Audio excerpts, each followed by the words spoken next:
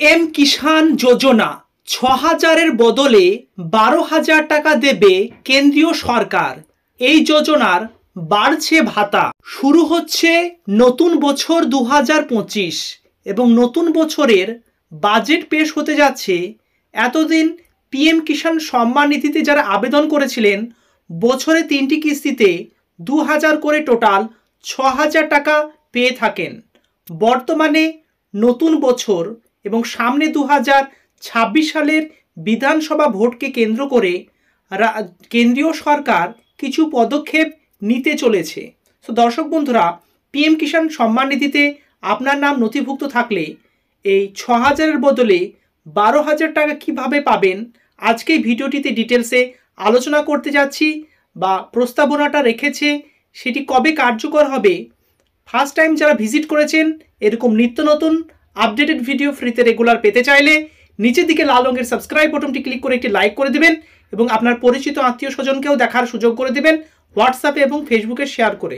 চলুন ডিটেলসে দেখে নেওয়া যাক।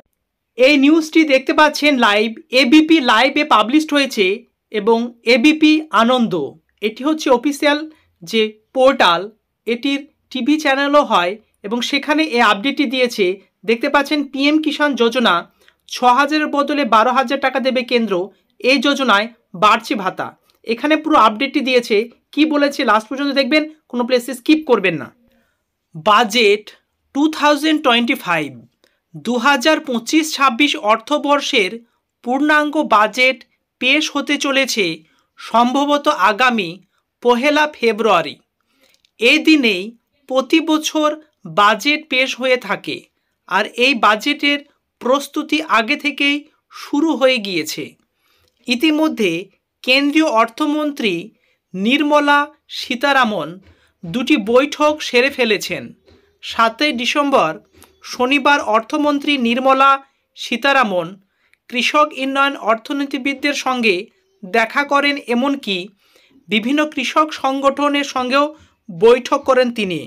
আর এর মাধ্যমে আগামী বাজেটে কৃষকদের পক্ষ থেকে কিছু প্রত্যাশা দাবির কথা জানানো হয়। আরও অনেক গুরুত্বপূর্ণ টপিক এই ভিডিওটিতে আমি আলোচনা করে দিয়েছি। কৃষকদের যেমন রাজ্য সরকারে বাংলা শস্য বিমা, তেমন কেন্দ্রীয় সরকারও সেই ফসল ক্ষতির টাকা দেয়, যেটি পিএম ফসল বিমা যোজনা নামে পরিচিত। এছাড়া কৃষকদের কিষাণ ক্রেডিট কার্ড, তাছাড়াও আপনারা যে লোন নেন সেই লোন মকুবের কথাও এখানে আলোচনা আছে। তো দর্শক বন্ধুরা, আপনি একজন কৃষক হলে লাস্ট পর্যন্ত দেখবেন, আপনার হিতকরী একটি ভিডিও। টানা 2 ঘন্টার বৈঠকে কেন্দ্রীয় অর্থমন্ত্রী নিবিড় আলোচনা করেন, কৃষকদের চাহিদা নিয়ে দীর্ঘ বিস্তারিত আলোচনা করেন। কৃষি খাতে আর্থিক চাহিদা পুষ্ট করতে এবং কিভাবে এর মাধ্যমে কৃষকদের আর্থিকভাবে সহায়তা দেওয়া যায় তা নিয়ে আলোচনা করা হয়। কৃষক পণ্যের উৎপাদন বাড়াতে অর্থমন্ত্রীর সঙ্গে আলোচনা বিভিন্ন কৃষি সংগঠন। ভারত কৃষক সমাজের চেয়ারম্যান অজয় বীর জাখর বিনিয়োগকারীদের উপরেও জোর দেওয়ার চেষ্টা করেছেন। কি কি মুখ্য দাবি রাখা হয়েছে? সবচেয়ে বেশি দাবি উঠেছে কৃষক সংগঠনগুলি থেকে, তা হলো প্রধানমন্ত্রী কিষাণ সম্মান নিধি যোজনার ভাতার টাকা দ্বিগুণ করে দিতে হবে। এতদিন পর্যন্ত বছরে ৬,০০০ টাকা ভাতা পাচ্ছিলেন কৃষকরা, এবার দাবি উঠেছে তা ১২,০০০ টাকা করে দিতে হবে। কারণ পশ্চিমবঙ্গ সরকার, যেটি কেন্দ্রীয় সরকারে পিএম কিষাণ সম্মান নিধি যোজনা চালাচ্ছে, রাজ্য সরকারও কৃষক বন্ধু বলে প্রকল্প চালাচ্ছে, যেটি বছরে 2টি কিস্তিতে টোটাল ১০,০০০ টাকা দিতে পারছে। তাহলে কেন্দ্রীয় সরকারের দ্বিধা কোথায়? পিএম কিষাণ সম্মান নিধিতে ৬,০০০ টাকার বদলে ১২,০০০ টাকা দাবি রেখেছে কৃষক সংগঠনগুলি। এবারে ফেব্রুয়ারি মাসে যে বাজেট পেশ হতে চলেছে সেখানে কনফার্ম হয়ে গেলে আপনাদের ২০২৫ থেকে এবার থেকে ১২,০০০ টাকা করে কিস্তিটা অর্থাৎ ইনস্টলমেন্টে টাকা পেয়ে যাবেন। প্রধানমন্ত্রী ক্রপ ইন্স্যুরেন্স স্কিমের অধীনে, যেটা বললাম ফসল বিমা, যেমন রাজ্য সরকারে বাংলা শস্য বিমা, সেমন কেন্দ্র সরকারও একটি স্কিম চালায় যেটা হচ্ছে প্রধানমন্ত্রী ফসল বিমা অধীনে ক্ষুদ্র কৃষকদের অন্তর্ভুক্ত করতে হবে।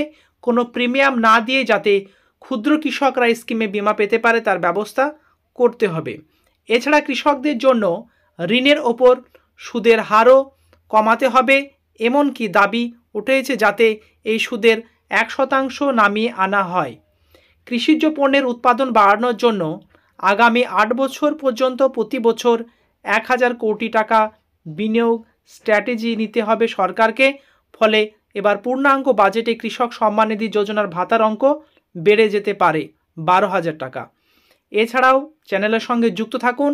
ঋণ মুকুবের কথা বা অন্যান্য কোনো যদি আপডেট আসে তাহলে এই চ্যানেলে আপনারা সেটি পেয়ে যাবেন। এই জন্য চ্যানেলের সঙ্গে যুক্ত থাকতে হবে।